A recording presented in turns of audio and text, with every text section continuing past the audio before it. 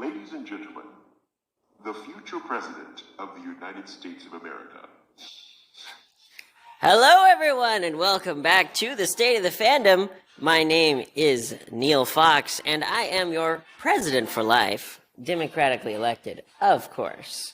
And with me, as always, is... Hello, this is the VP, democratically elected for life, and head of the far distant future for the time being. So, today's topic is building a better future using current technology looking into the future. Absolutely. So, we have a lot of ideas about this, and but just to preface the specific ideas, okay? Yep. Because it is important to have the right mindset. So we've been talking about this. How do we get out of World War II? How do we get out of the Great Depression? Well, we outproduced the world. We outproduced them to the tune of 4-1 or something. It was ridiculous. Okay, a little anecdote. During World War II, one of their best tactics that they figured out to fight the German tanks was just throw more tanks at them. If the first one gets blown up, no big deal. Usually, the engine would get wrecked, the crew would survive and get out. Exactly. Right.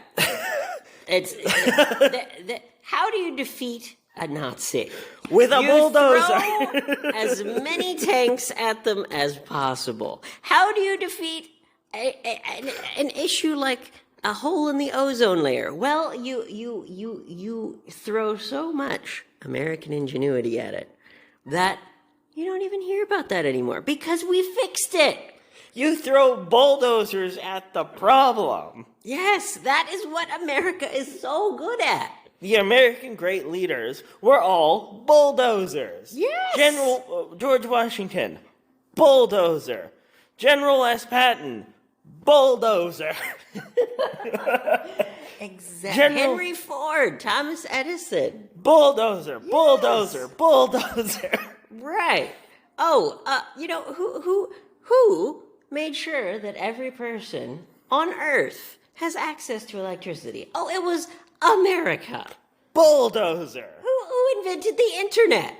Bulldozer. America.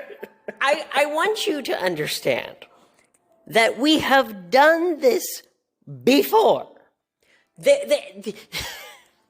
It is so clear how we get out of these problems. So the problems of dirty energy polluting the planet, the problems of poverty, not just for America, but for everyone on Earth.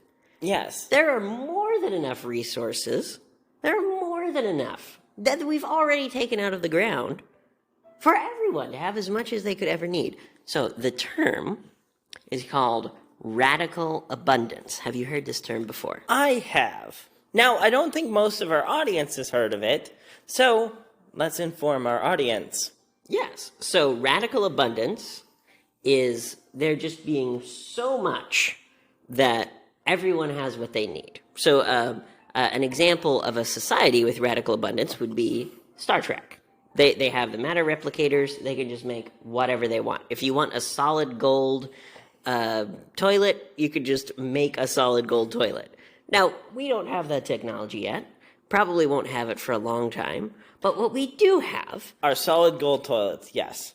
What we do have are very talented people to build robots, to build factories.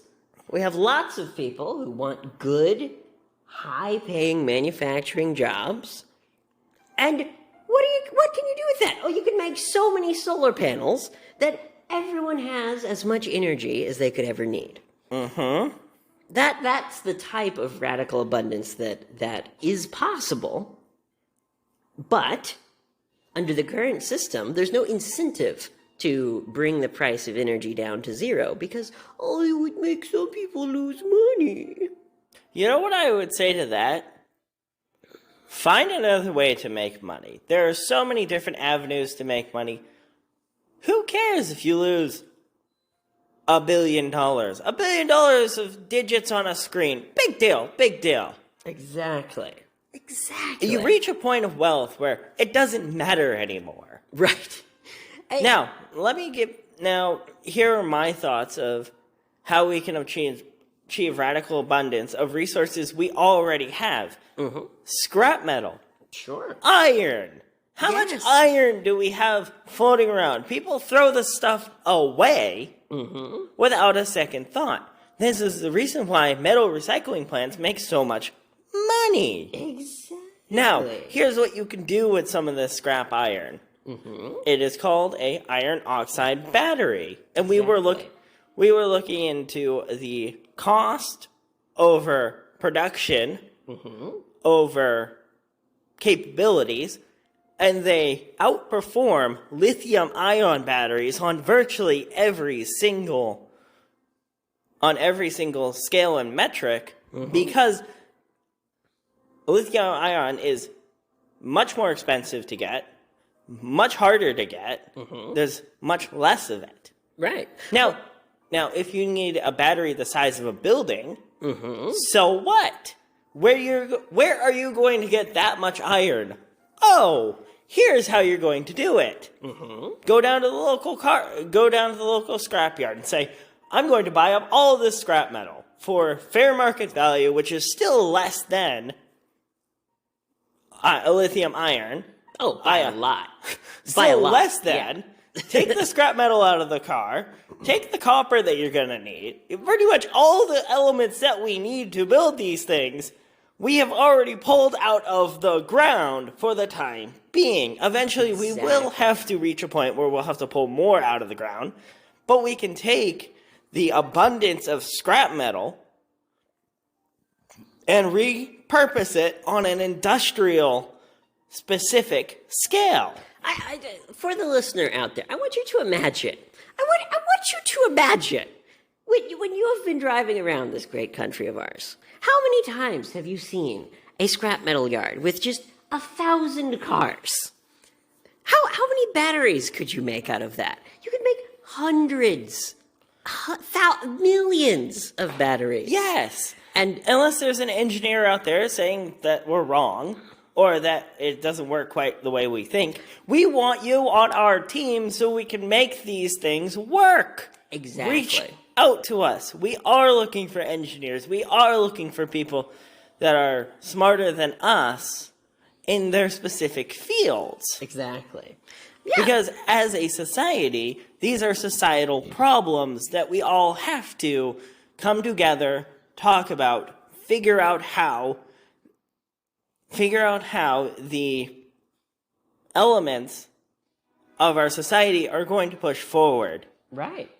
Well, a good example of that is a president has his cabinet. Yes. His or her, I'm sorry. Hillary. Don't even try to run again, okay? Please. Hillary, just stay in your lane. Just stay in your lane. You'll be like 110 at that point. How joyful would you feel if Hillary is the candidate running against us in 2028? We will verbally fillet her in front of everyone and leave all of her ideas to bear for the rest of the world to see, judge, possibly scorn. Oh, you used your time in politics to enrich yourself. Pathetic! You should serve the people! Hey, 100 years ago, politicians were lawyers, doctors, scientists, engineers. You know what they did after they got done in their time as being the president of the United States of America? Do you know? Tell me. Well, they went to go back to do their day-to-day jobs. Yes, they did! They did their time. Washington himself said, I'm tired. I just want to go take a nap. And this was true for Congress? As well. You know, they would have their, being a judge or being a doctor or whatever. They would do that half the year, and they'd come to Washington and do that half the year. It was, not perfect by any means. There were a lot of issues with Congress back then, Reconstruction, but issue is people working for themselves and not for the good of the country as a whole. Yes. Okay. Let's tell the audience a little tidbit. Absolutely. Just a little secret that that the radio audience might not know yet. Yeah? What did we invest in 2009? Do we want to tell them that yet? I do. We'll let them figure it out. I'll just give you a little clue. It starts with a B, and we'll go from there. Yes. We will go on a commercial break. It is the top of the hour. The top of the hour? Well, we will see you after this commercial break.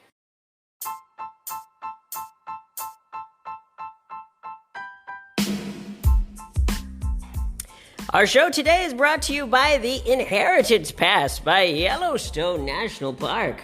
The Inheritance Pass is the funniest way to fund your national parks that has ever been created. It gives you a pass that is valid for the year 2172. That is emphasizing how important it is to preserve Yellowstone for the next 150 years. And it only costs $1,500. Obviously, it's more of a joke and more of a, go support your national parks. But you can buy this at yellowstone.org, and it is called the Inheritance Pass. And now back to the show.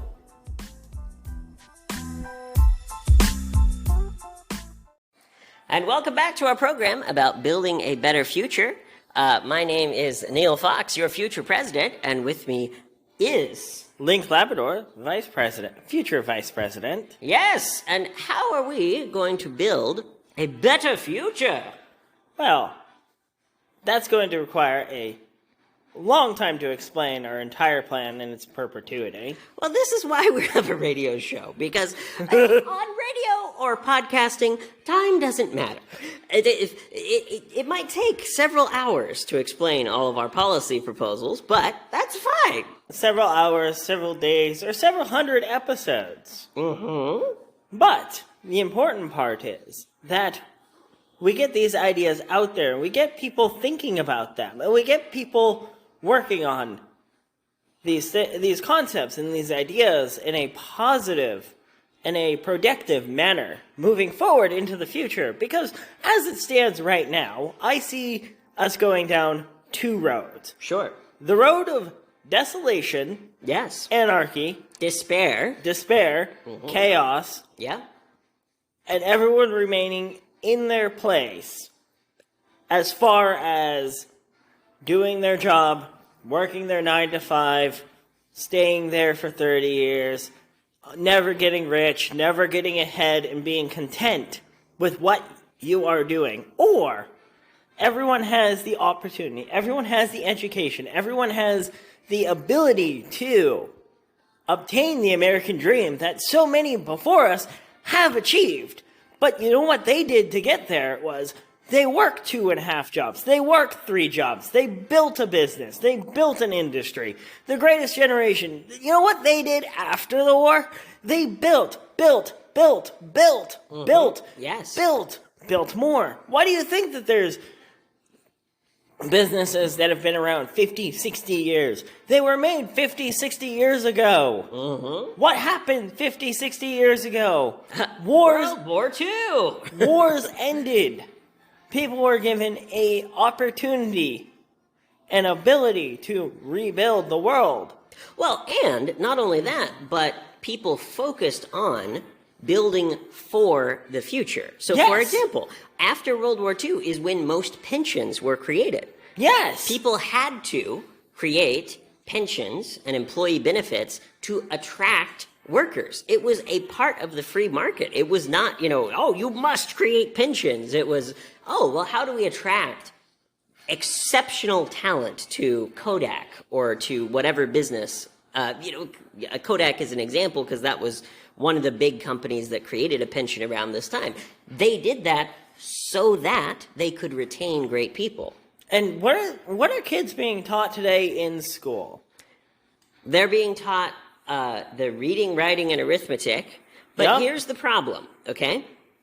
Many children do not have the opportunity to learn real-world skills. No, if you want to learn real-world skills at school, at the high school level, take a vocational program. That's what you did. That's what I did. I had college-level courses in high school that propelled me in life far greater than taking college straight out of high school. Right. Eventually I did go to college. Yeah, you did, and you learned a lot, but you had a head start because you were able to start your vocational training in college. Yes. I'm sorry, in high school. Yeah. So here's the thing. If somebody like myself, I am very good in the current school system. Like, the current school system is made for people like me. But it's not for everyone. No, the current school system and the current college system here, at least in the United States, where I went to college, was a little bit different, but they're a little bit ahead of the time where I went to college.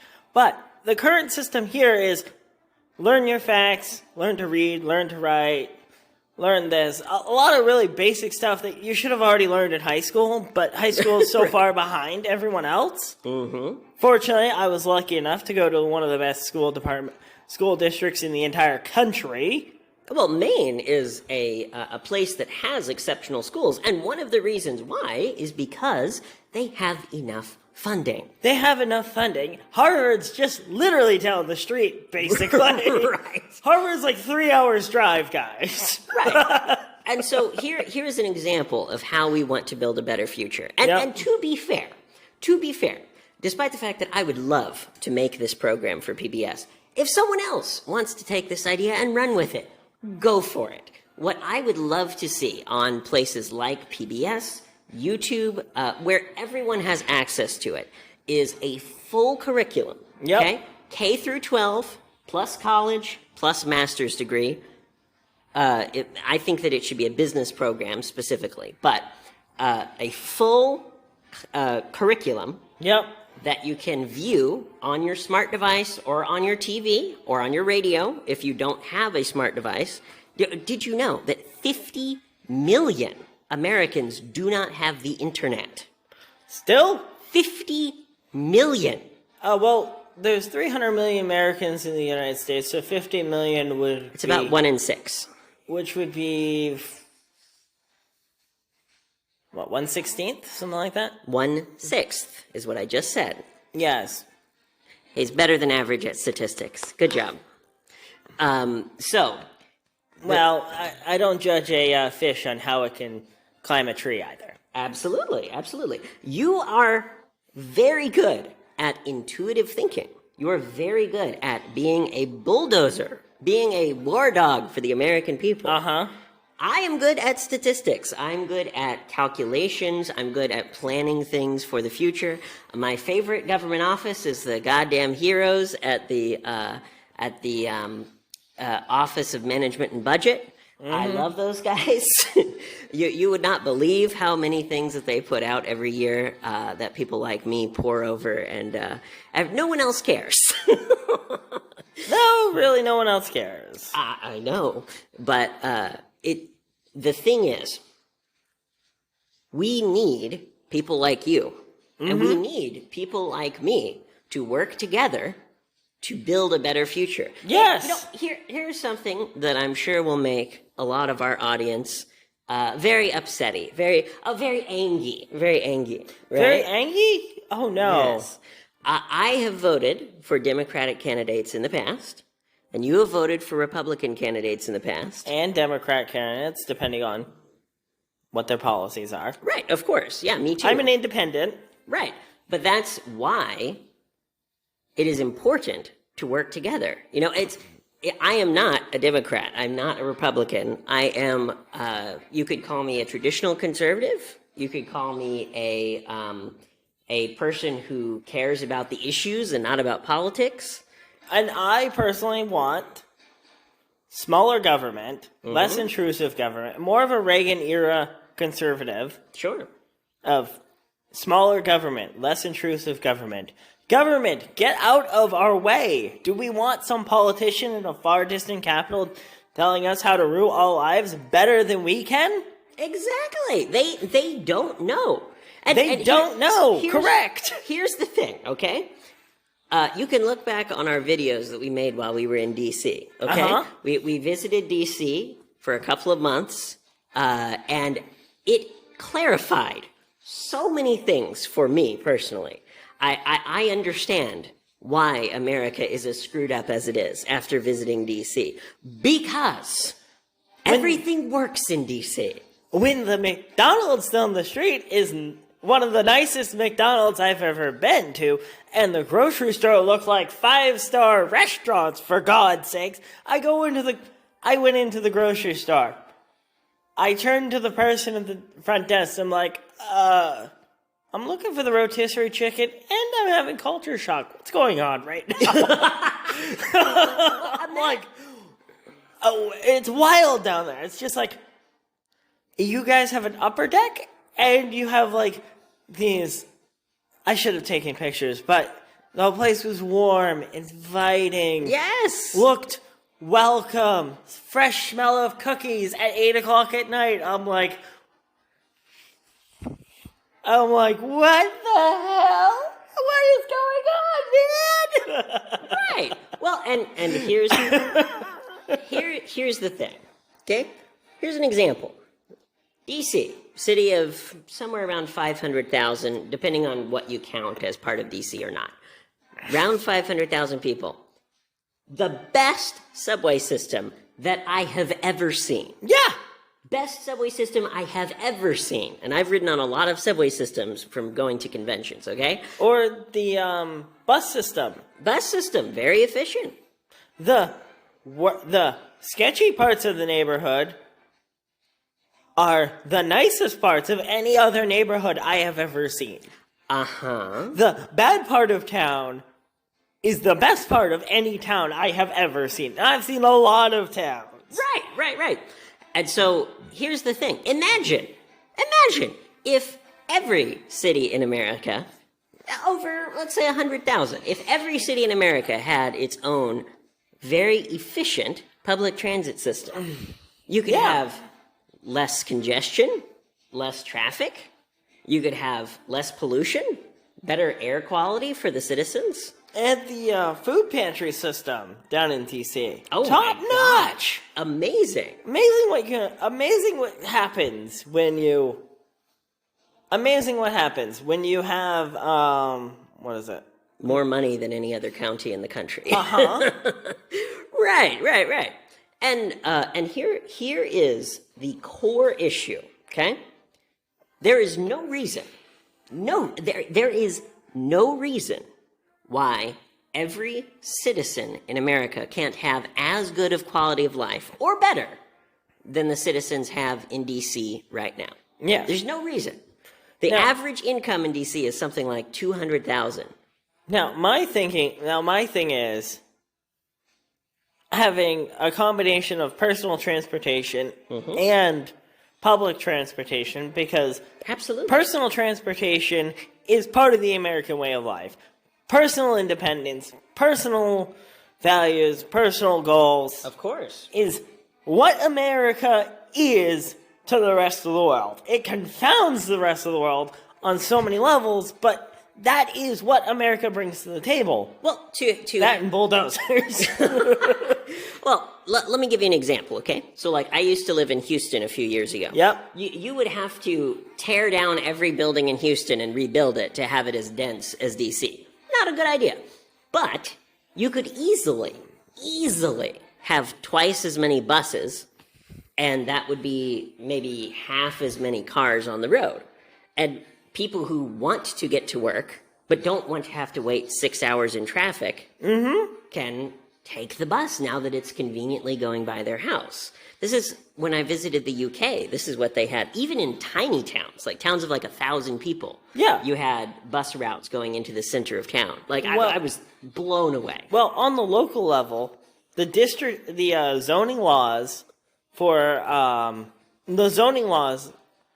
are one of the big inhibitors that prevent having like a grocery store next to an industrial plant next to housing. Right.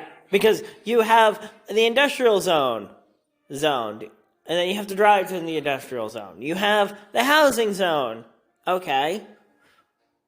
But that's not scalable. If you have an industrial zone near a residential zone, near a market zone, you can walk to work, you can walk to the gas station, you can walk to the local grocery store, and you can walk home. Exactly. And so there's a combination of all of these different things that need to be done. Okay? Yes. So to get to a point where everyone here's the thing. I don't want everyone to be suffering the way that they do now. I want everyone to have the equal opportunity. So, for example, equal opportunity to better yourself, equal opportunity to have better education, equal opportunity to have a great job. And you know what? People who live in D.C. have these opportunities. They really do. Well, granted, everyone in D.C. has an LLC, everyone has a nonprofit, and everyone seems to be connected to someone who's done something, interesting. But we went to the Washington Monument, we had 8 conversations, and each of the people had something interesting going on with their day-to-day life, on top of their day-to-day job of being, like, working with the senators, or working with the civil rights movements, or working with... Right. It was wild. It's just like... Would you have those... if you went up to a statue in Maine, and in one of the cities where you came from, if you went up to a statue there, would you have those same conversations? No. No. Here's the kinds of conversations you would have. Well, the Celtics are up. The Patriots are doing bad. Well, so sports, good example. From where I'm from, my family is from Arkansas and Missouri. Yeah. Where I'm from, if you went up to somebody random on the street, they'd be, man, everything sucks. Oh, there's no jobs, there's no opportunity. Did you have that conversation even once in D.C.? No! Everyone was busy. Everyone had, 3 things on their plate. Yes. Everyone had 3 things on the plate. Everyone was a director of something. Right. And so here is the point that I want to get across to our wonderful radio listeners. Okay? Yeah. There is no reason why everyone can't have that kind of opportunity. No reason. That everyone can be rich. And here's how it's done, okay? Yep. Let me explain this to the listeners. I know you know what I'm talking about. But Yep. Let me explain this to people, okay? Since 1970, we have doubled and then doubled again the productivity in the United States. Yes. Doubled twice. Yep. Within our parents' lifetimes. Yes. Okay? With it, your grandparents, there's a reason why people over the age of 65 have more wealth than any other segment of the population. It's because of all this production, all of this capacity that was grown. And up until 1970, wages and productivity stayed roughly in sync. Yep. Okay? Basically the same. And then they start to split. And since 1970, there has been no increase in wages in real dollar terms adjusted for inflation. No. So you're telling me that a person who works hard in the current system, you're telling me that we produce 4 times more value for the same amount of money? Correct. That's bullshit. I agree. For example, if minimum wage had kept up with inflation, minimum wage would be $49 an hour. Minimum wage. So how do we make that happen? How do we hold our politicians' feet to the fire and make this happen? The way that we make it happen is by putting out our ideas and by our listeners spreading the ideas as well. Okay? Yes. Because how does a revolution start? How did the American Revolution start? That is a very long story. Well, And the Cliff Notes version of it is the American populace was tired of not having enough representation, and they sent several letters off to King George. King George said no. Then from there, it's like, okay, we're going to protest, and we're not going to participate in your system. right. We started with non-compliance in a system. The government of that, the British, decided to try and put us back in line. We showed even further non-compliance. Things escalated. Things escalated into full-blown revolution. Right. But it started with conversation. Conversation. Then it escalated to non-compliance. So If you can't... here's the thing, America. If you want something to change, protest and do not comply with the system that has been created. yes. If you want it to truly change, do not comply. Here is something that is vitally important to me. Okay? Yep. Everyone that I meet who doesn't live in DC, everyone that I meet in states like, we've been all over the country. We've been to Tennessee, we've been to Kentucky, we've been to Indiana, Missouri, California. We've been all over the country. Yeah, we have. California was a disaster. San Francisco. Oh, a little anecdote. San Francisco wanted to use exploding drones to stop criminals. Let's not get off on that tangent right now. I got something important to say, okay?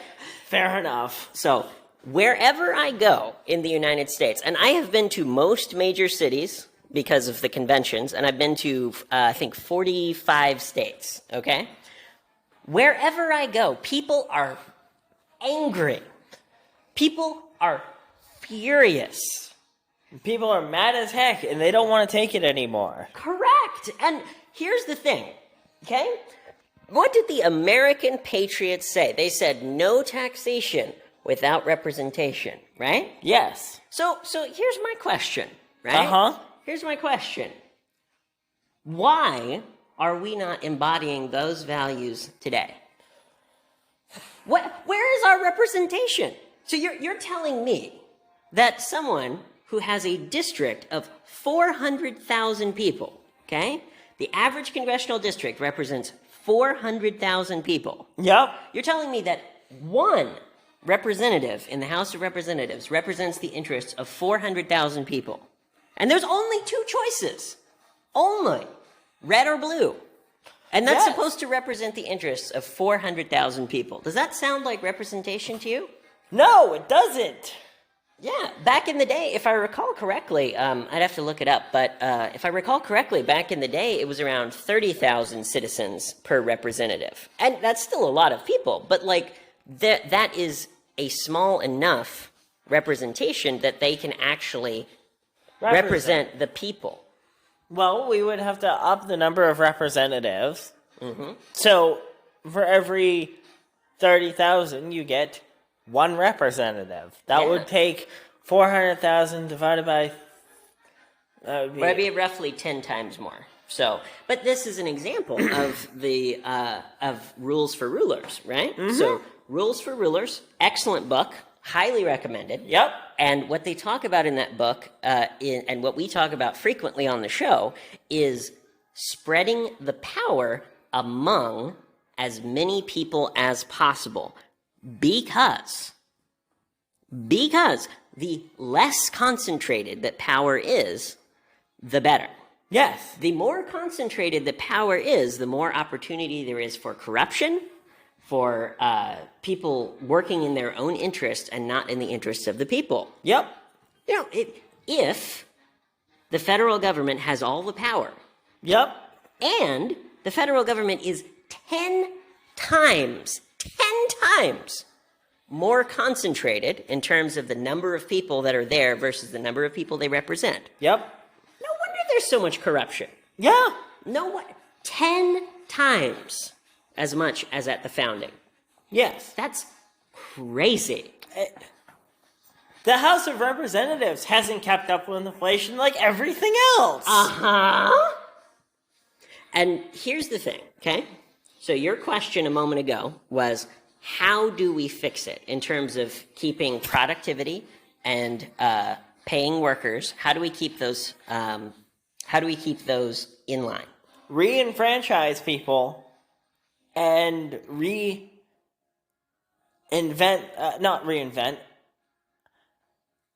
just bring the system up to the, reinflate the system so it matches inflation on all levels. Mm-hmm. Bring the House of Representatives so it's a representative of the overall population. Right. If we have to add 10 times more people, then let's figure out how to do it.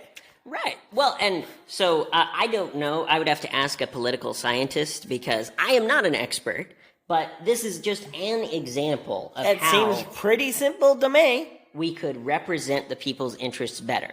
Yep. Okay? That is literally what the founders said in the Constitution, if I recall correctly, was, for every 30,000 people or so, one representative. Like, oh, you're telling me we should go back to the Constitution and see what they actually wanted? Well, there you go.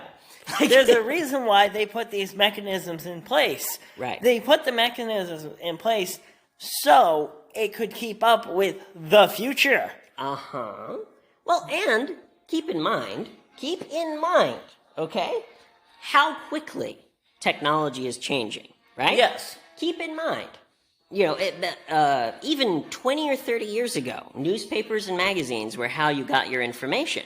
So the fastest you could get your information was 24 hours after the fact. The fastest, okay? And today, it's as soon as it happens, it's on your phone. Uh-huh. It's like when the Queen of England died. We found out about that through a TikTok. From a meme, yeah. From a TikTok meme. Like right after it happened. It was great. It had happened, and seconds later, someone had already posted it on TikTok. Like, right. It had happened. Right. All right. Well, we have been going for about 25 minutes, so let's take a quick commercial break, and we'll be right back. Yeah. All right. Welcome back, friends. So today we have an ad for our YouTube channel where you can listen to all of the episodes of our podcast and our radio show. We have about 100 episodes so far. Over 85, I think, which is a lot of audio. I think it's at 3,500 minutes last year. Yeah. We were busy last year, and we fully intend on doing another 100 to 200 episodes this following year as well. Now, places that you can find us are TikTok, our YouTube. Yep, so TikTok is tiktok.com, and then the username is furrypresident.com. And so FURRY president.com is the username. And then the same for the YouTube channel, it is Furry President. Or you can just go to our website, furrypresident.com, where you can find the links to all of our different social media pages. Correct. We'll see you there. Hello. Welcome back to the show, my friends. And today, we are talking about how to build for the future. These are the topics that we're going to talk about very frequently on our show, on the radio, and we've talked about a lot on our podcast. If you're interested in these topics, we want to hear from you. We do. We want to learn what is important to you so that we can fix the problems in this nation right now. Empower you to fix the problems in your neighborhood, for example. There are ways to do this that people have not considered. So, how does one start a revolution in the 21st century? The way you start a revolution in the 21st century is by putting on a suit, putting on a tie, putting on nice pants, going to your representative's office, knocking on the door, and talk to them. Believe it or not, South Park has told us how to do this effectively. Right. What do the children do? Every time there's a major issue, they go, oh, let's go talk to this person. Let's go talk to the mayor. Right. Let's go talk to the mayor. Meanwhile, everyone else in the town are like, rah, rah, rah, rah, whatever. It's like, meanwhile, the children are the sane voice of reason. Well, let's hope that we never get to the point of being like South Park. But yes. We already are. Yeah, unfortunately. But yes, so this is something that I feel everyone has lost sight of, okay? They have. Your petition on change.org, good luck getting someone to care about that. Your super PAC, even. Good luck getting someone to care about that. People respond to when you are people respond to direct action, direct communication. They really do. Here's the thing. Be direct. Be a bulldozer. Be a bulldozer for your community. If there's red tape in the way, just go talk to the people. Why does this red tape here? Why is this red tape here? And here's what our community wants. Here is a collective body of our representatives. And if you don't do something about it, the next election's coming right up there, Mr. Senator. Me and my friends will not vote for you. Me and my friends represent the majority of what we want, and we will put someone who will listen to us in office. Right. Those conversations do not happen nearly enough. Well, and here's what I want the listeners to understand.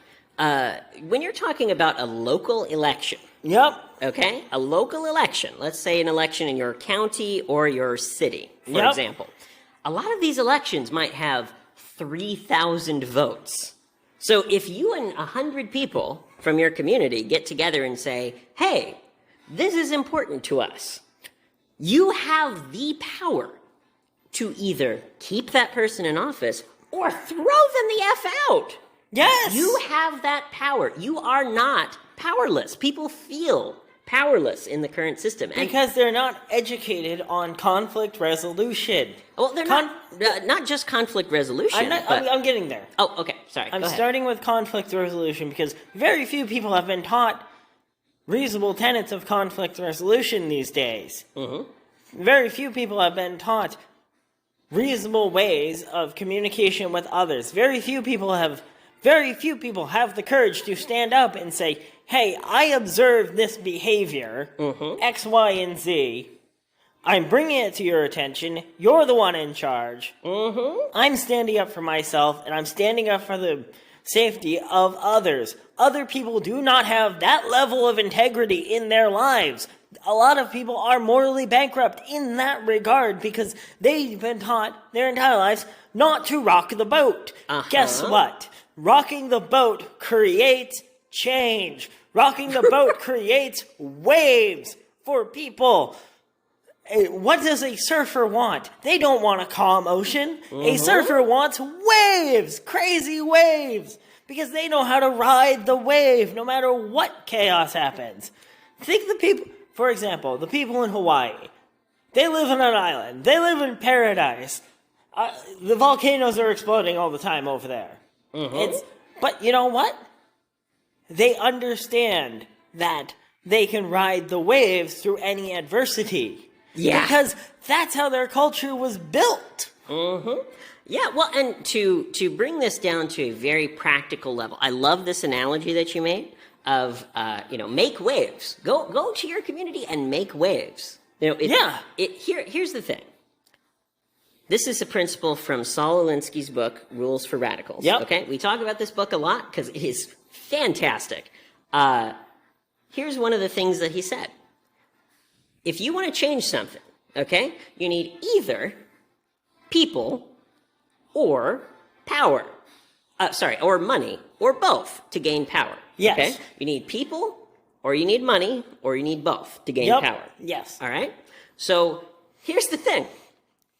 People at the top, the congressmen, the businessmen, the billionaires of the world have been taking the money for the past 50 to 100 years, there's been a huge concentration of wealth at the very top. Yes.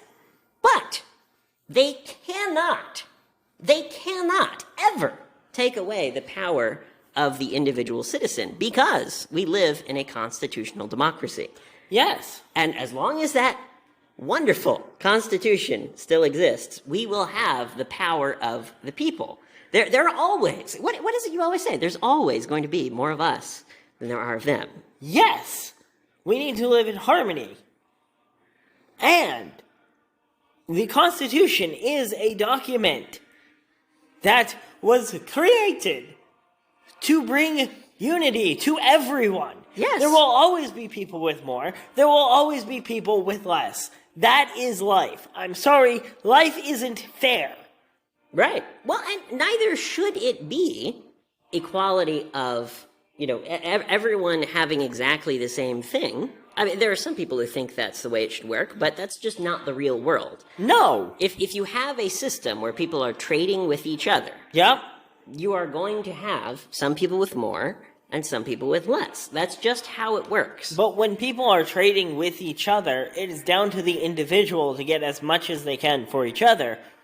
Right. And if it's a fair trade, then both of them, if it's a fair trade, which some people get away with more, some people get away with less, it comes down to the individual's principles on what equals more to them. Right. If I want a Lamborghini and the person down the street wants to have their nice house, their nice dog, their nice fence, their nice picket fence, and stay in the same place, then that is a fair trade for both of us, because I get what I want, and they get what they want on a fundamental level. If they want to drive fast, if we want to drive fast and they want to drive slow, there's a reason why there's 2 lanes of the highway for the fast lane, and there's the slow lane. Sometimes you have to be in the fast lane in life. Sometimes you have to be in the slow lane, depending on what circumstances are for you. Oh, well, I like this concept that you brought up of fair trade. Yeah. Because consider, again, minimum wage, okay? We talked about this in the last segment, but it doesn't hurt to bring it up again. If minimum wage had kept up with inflation and productivity, it would be $49 an hour. Yes. So, what you're saying is, in 1950, that was a fair trade. Equivalent of $49 an hour was what was being paid. Yeah. Okay? People, you talk to your grandparents and they're like, oh yeah, I worked in the mailroom and I was able to buy a house.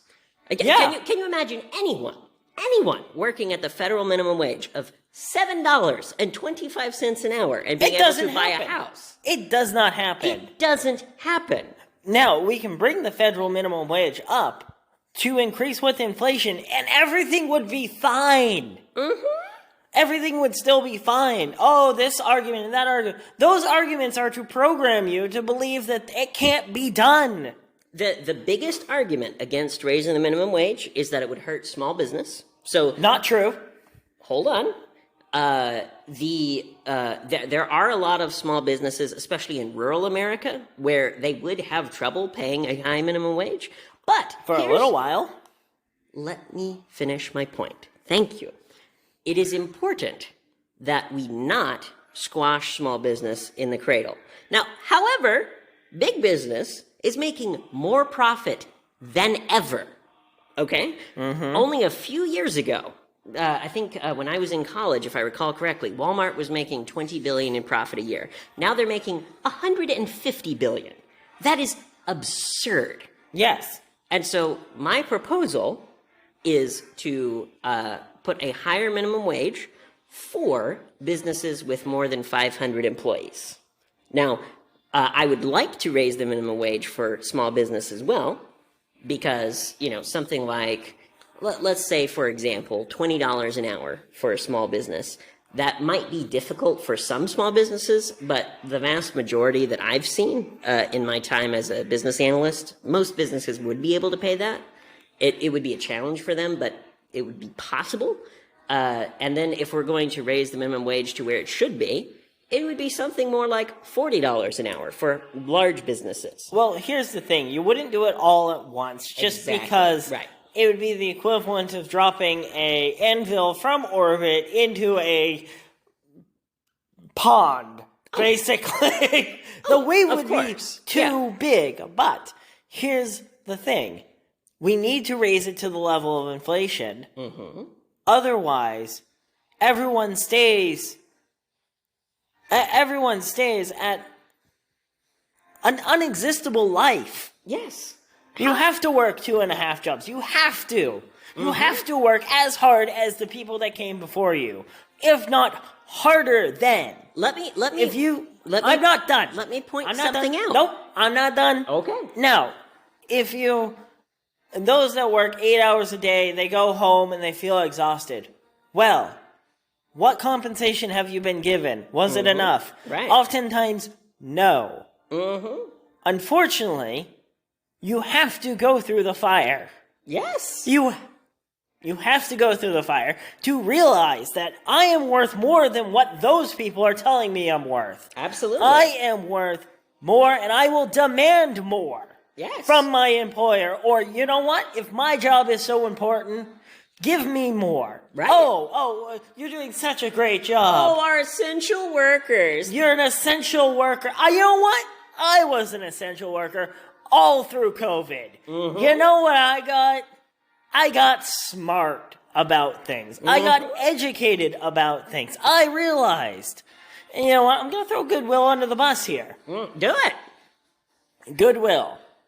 You guys are a fantastic company on some levels. Okay. But, you can pay people as much as you want. There is no reason why the CEO of Goodwill should be making $300,000, $400,000, $500,000, $800,000, $900,000 a year while your employees at the bottom are making minimum wage. Mm-hmm. That's unconstitutional.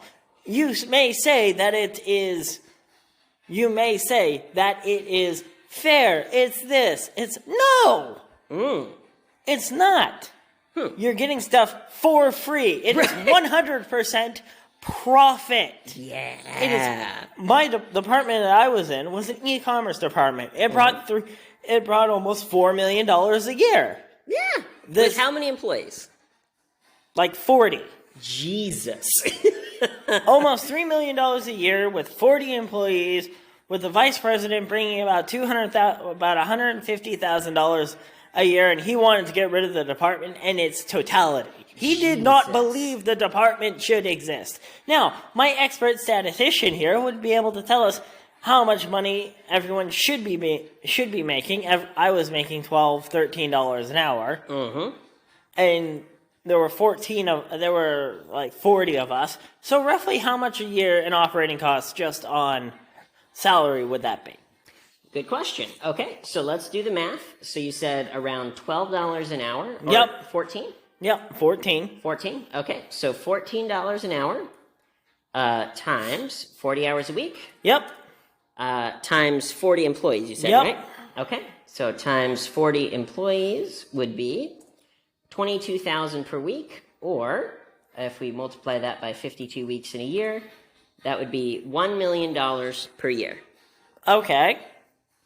Now, how much more productivity would we get if we were all paid $30 an hour? How much of that would... Exactly. Well, they would be roughly double, so that'd be around $2 million. And if the department was making $4 million, I mean, there's no reason why you wouldn't be able to pay your employees that much. I mean, a lot of businesses pay their employees around that much. Yeah.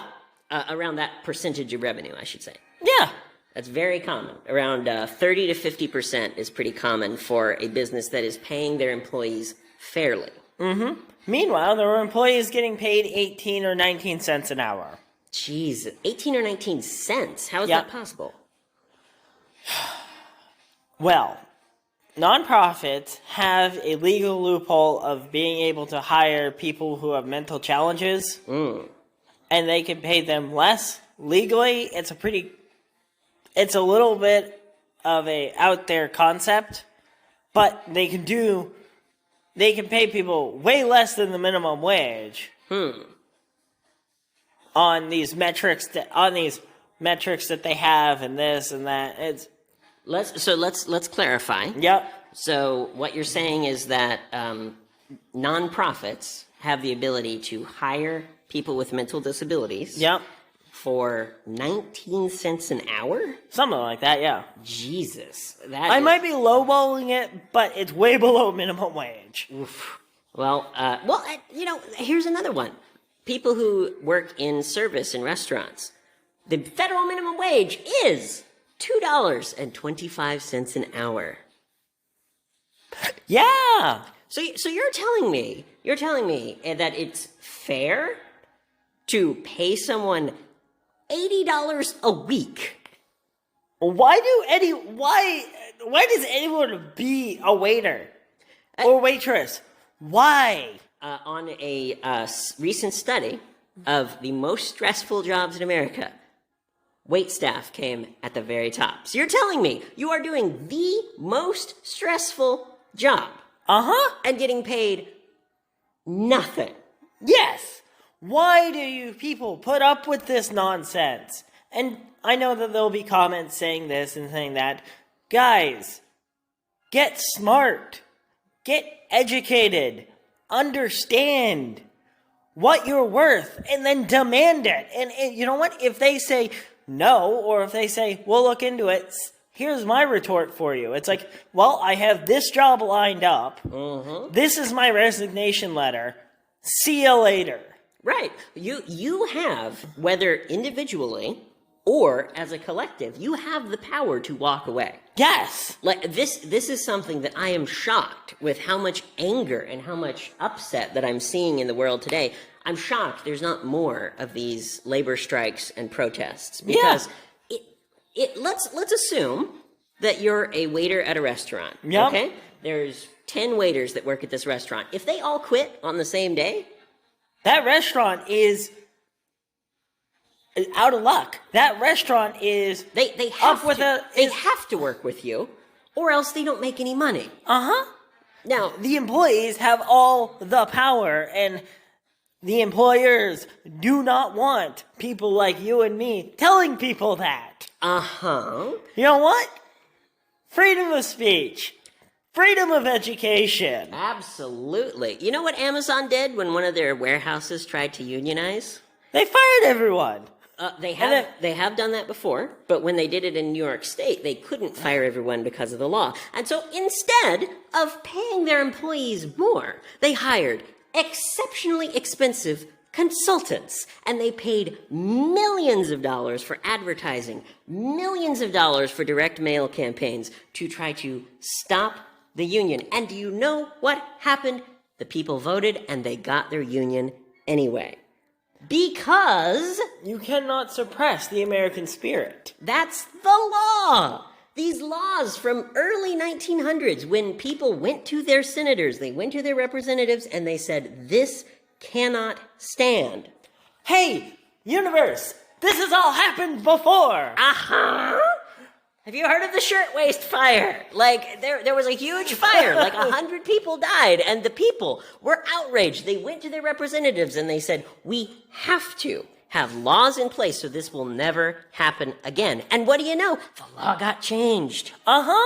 This has all happened before. This constant tug of war between what is right and what is economical has been raging for the last ever.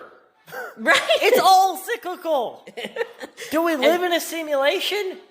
We'll get to that eventually. I say we live in an artificial simulation. This is based reality. And Partner says that we need far more information to figure it out. That's going to have to be a whole episode into itself. But what I want people to understand is that rule from Rules for Radicals, again, do we have money or do we have people? For the vast majority of the population, especially under the current system, we have people. And how thankful we are to live in a society where we do have representatives. As terrible as they are, we are not living in a dictatorship. We're not living in a place like, a North Korea or wherever, where you don't have a voice. You do have a voice. And the fact is that people are not using their voice to create the change that they want to see. And back to the money and people thing. Yeah. So if you have 1,000 people, and if those 1,000 people donate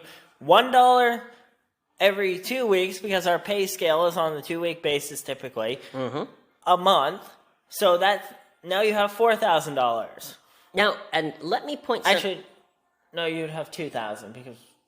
Yeah, you'd have $2,000 in the first month, $4,000 in the next month. After a year, how much money would you have if those 1,000 people donated $1,000, $1 each? $1 each per week or per 2 weeks? Per 2 weeks. Okay, so that would be $2,000 every 2 weeks. So that would be, let's see, 52 weeks in a year. So that'd be 26 times 2,000. Let's do that math real quick. I'm sure I could do that in my head, but 52,000. So you have $52,000 right there. That's the price. That's basically the down payment on a building. Now you have a building. Now you have money coming in. Now you have a small organization of people dedicated to the same goal, and then you rinse and repeat. And then from there, you have built your way out, starting with 1,000 people, $1 every 2 weeks, an HQ to work out of, and now you're bringing other people into the fold. Now you have a super PAC within 2 years, and from there you can affect change because you have 10,000 people. 10,000 of the local people, the local constituents in this area demand this. Here's what we have. Here's what we can do for you. And if you don't listen to us, here's what we can do against you. Here's what we can do to make sure that you, whoever you are, if you're not listening to us, we can replace you. And we have the means to do it. Absolutely. And here is one way that I want to make that kind of change happen. Okay? Yes. Did you know that for around 18 cents at minimum, you can, as a nonprofit organization, you can send a letter? Did you know that? Yes, I did.